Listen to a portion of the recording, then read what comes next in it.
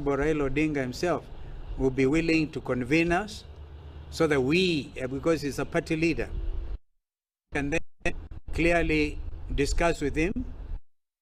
Are saying they don't need dialogue. There have been many dialogues so far. So, and really this dragging of feet, we don't want to be seen to be sanitizing a regime that has fallen flat on its own tummy. So we are not about to do that. And we are a democracy. And I'm happy that when he said demilitarize our streets, they moved with speed and removed them. So, in fact, I've heard the general service people saying, thank the party leader, we have removed our boots, we are back to camp. So this is something. We need that spirit of freedom. But the thing that is very, very serious to us, apart from all these conversations the Secretary General Assembly read, is that yesterday I met with Mr. Okuya. Mr. Okuya is the president of the Kenya School of Law Students Association. He was abducted from his house in Ongata, Rongai, was taken round. Eventually, after 2 days, he was dumped near a river in Maragua in Murang'a. When I saw him yesterday, he was complaining of some stuff that was injected to his left arm. I think he has given a very detailed interview on his condition.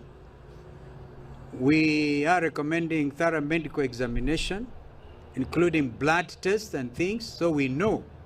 So this killer squad, this abduction squad must stop.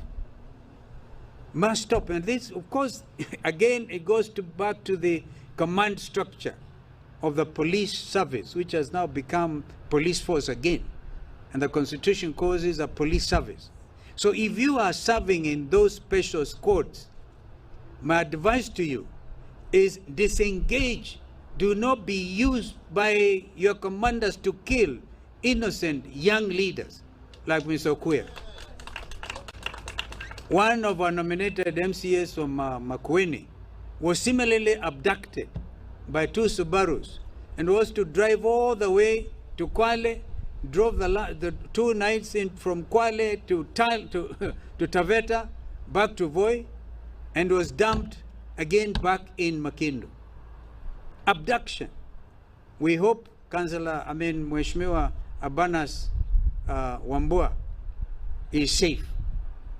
So these things must stop. Just like they stopped the militarization of our country. By the way, we need to make it clear that National Assembly hurriedly passed that legislation allowing CS Defense to call the military to the streets. That order is still in force.